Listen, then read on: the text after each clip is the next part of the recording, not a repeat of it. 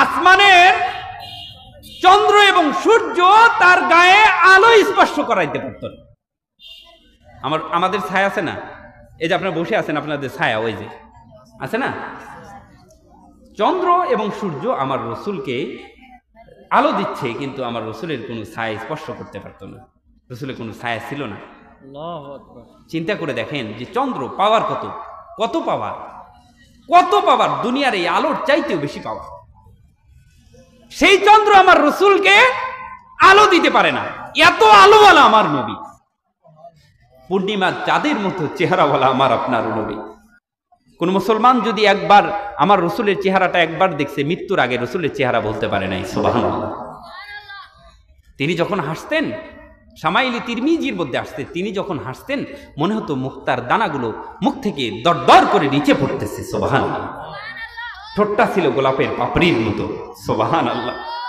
যুগল ভুঁড়ি, এই যে ভুরু, চোখটা ছিল একেবারে পটল চেরা আঁখি যাকে বলা হয়, গোলাকার, সুন্দর, এত সুন্দর। রসুলের চোখের মধ্যে একবার যদি কোনো সাহাবাই কেরাম দেখতো, রসুলের মায়াবী চোখের দিকে তাকায়া রসুলের ভালোবাসায় প্রেমে পড়ে যাইত। সুবহানাল্লাহ। কোকড়ানো চুল ছিল, দাড়ি মোবারক ছিল, এত এত চাপদাড়ি, এত সুন্দর, দেখার মতো, একবার দেখলে কেউ বুঝতে পারতো না। বাবা, অনেক মুসলমান আছে রিক্সা চালক, খেটে খাওয়া দিনমজুর, আল্লাহর গোলামি করে, রসুলের প্রতি বারবার দরুদ পড়ে, মদিনার নবী মদিনার থেকে স্বপ্ন যোগে ওই গরিব ঘরে কৃষকের বাড়ি, ওই দিনমজুরের রিক্সার বাড়িওয়ালার বাড়িতে আইসা স্বপ্ন যোগে দেখা দিয়া যায়। সুবহানাল্লাহ। মুফাসসিরিনে কিরামরা বলেন যে কোনো ব্যক্তি যদি একবার রসুলরে স্বপ্ন যোগে দেখা দেয়, ওই ব্যক্তি কোনোদিন জাহান্নামের আগুনের মধ্যে পড়বে না। সুবহানাল্লাহ। রসুলরে দেখতে মন চায় না? সবারই তো তামান্না রসুলকে একটা বার দেখব। তো রসুলকে দেখতে চাইলে রসুলের বিরোধিতা করা যাবে বাবা? কখনো করা যাবে না। না বোঝেন, কিছু বলার দরকার নাই, চুপ থাকেন। চুপ থাকবে যে নাজাত পাবে, সে হাদিসে আসছে, মাংসমাতা নাজা, চুপ থাকে যে নাজাত পায় সে। এই সিরাজগঞ্জের মুসলমান, রসুলকে দেখার তামান্না প্রত্যেকটা মুসলমানের আছে না নাই? আম্মা জান আয়েশা সিদ্দিকা রাদিয়াল্লাহু তাআলা আনহা কি বলেন জানেন? এ মদিনার বালিকারা, মদিনার মহিলারা, শুনে রাখো, তোমরা তো পূর্ণিমার চাঁদটা দেখো মাসের মধ্যে একবার। মহিলারা, তোমরা কি জানো যে আমি পূর্ণিমার চাঁদ প্রত্যেকটা নাইটে, প্রত্যেকটা রাতে আমার ঘরের মধ্যে দেখতে পাই? সুবহানাল্লাহ।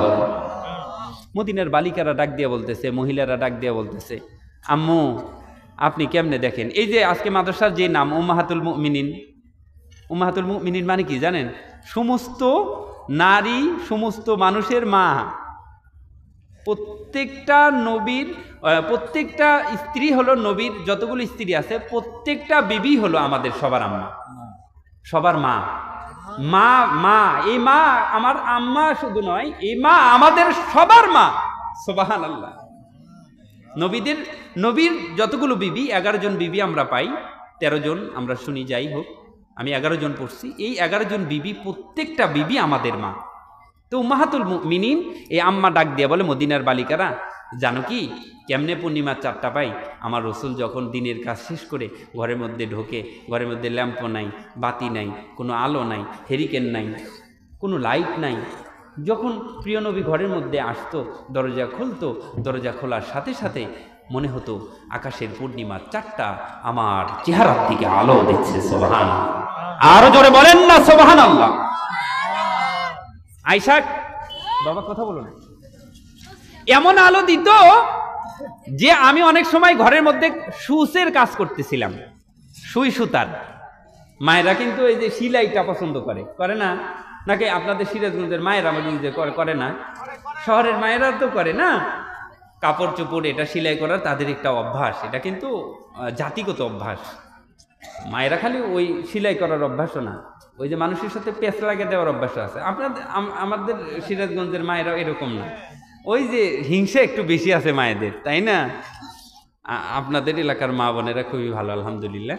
যাই হোক, আম্মাজান ডাক দিয়া বলতেছে যে অনেক সময় আমি সূচের ওই ঘাড়া, কি বলেন আপনারা, ওই যে যেটা ফুকা থাকে ওই ঘাড়ার ভিতর অনায়াসে রসুলের চেহারা দিয়া আলো দিয়া আমি সূচের ঘাড়া দিয়া আমি সুতা ঢুকাইয়া দিতে পারতাম রসুলের চেহারার আলো দিয়া। সুবহানাল্লাহ, এত নূরে নূরান্বিত ছিল। আম্মাজান গর্ব করে ডাক দিয়া বলে যে আমি তো সেই মহিলা, আমি তো সেই মানুষ, আমি তো সেই রসুলের সেই বিবি যে আমি এবং রসুল একই সাথে কম্বলের মধ্যে শুয়ে আছি। আল্লাহ তাআলা আকাশ থেকে তার অমীয় বাণী পবিত্র কোরআনে কালামে পাক, পবিত্র কোরআনের সূরা, পবিত্র কোরআনের আয়াত আমার কম্বলের মধ্যে আল্লাহ তাআলা নাজিল করে দিয়েছে। সুবহানাল্লাহ, চিন্তা করে দেখছেন এমন সম্মানিত একজন মা। বন্ধুগণ আমার ভাইরা, অবদানের মা উম্মাহাতুল মুমিনিন আম্মা জান আয়েশা সিদ্দিকা রাদিয়াল্লাহু তাআলা আনহা ডাক দিয়া বলে, পৃথিবীর মানুষেরা শুনি রাখো, তোমরা পূর্ণিমার চাঁদ দেখো, তোমরা মাসের মধ্যে দেখো একবার, কিন্তু আমি আয়েশা পূর্ণিমার চাঁদটা দেখি দিনে, প্রত্যেক রাত্রে, প্রত্যেকবার, প্রত্যেক নাইটে দেখতে পাই। এ বাবা এখানে কথা বলে কি?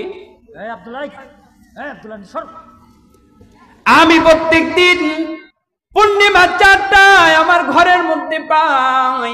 শুধু তাই নয়, আমার রসুল কেমন রসুল, ও পৃথিবীর মায়েরা তোমরা শুনিয়া নাও।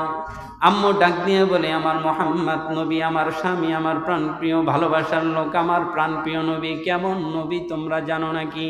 আমি আয়েশা ছোট্ট ছিলাম, অনেক সময় অনেক কিছু বুঝতাম না, কিন্তু আমি কোনো জিনিস আনতে গেলে আমার ভুল হইলে আমার প্রিয় নবীজি আমার সাথে কখনো জোরে উচ্চ আওয়াজে কথা বলে আমাকে ধমক দিত না। আমি না বুঝলে হাসি মুখে মুস্কি হাসি দিয়ে আমাকে বুঝিয়ে দিত। আমি সব সময় রসুলের প্রেমে পড়ে থাকতাম। কিন্তু আমাদের দেশের অনেক মা আছে, স্বামী যেই কম্বলের মধ্যে থাকে ওই কম্বলের মধ্যেও থাকতে অনেক মায়েরা চায় না। যেই প্লেটে খায় ওই প্লেটে খায় না, যে গ্লাসে পানি খায় ওই গ্লাসটা ধরে না। অনেক আছে না নাই, যে গামছাটা ব্যবহার করে করোনা আসলেই বুঝতে পারছেন যে কি ব্যাপারটা।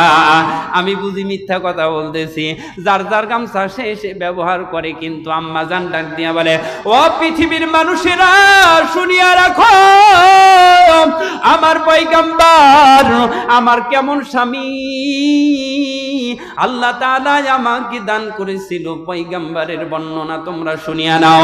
আমি যদি কোনো উটের গোশত খাইতাম কিংবা কোনো ছাগলের গোশত খাইতাম, খাবার সময় গোশত খাবার সময় হাড্ডি আছে না নাই? হাড্ডি কিন্তু থাকে। এই হাড্ডি খাওয়ার সময় আমি খাইতে নিছি, প্রিয় পয়গম্বর আমার হাত থেকে হাড্ডিটা কাইরা নিয়া তিনি চাবায়া চাবায়া খাইতো। এবং আমি যে গিলাসে পানি পান করতাম ওই গিলাসে ওই জায়গায় ওইখানে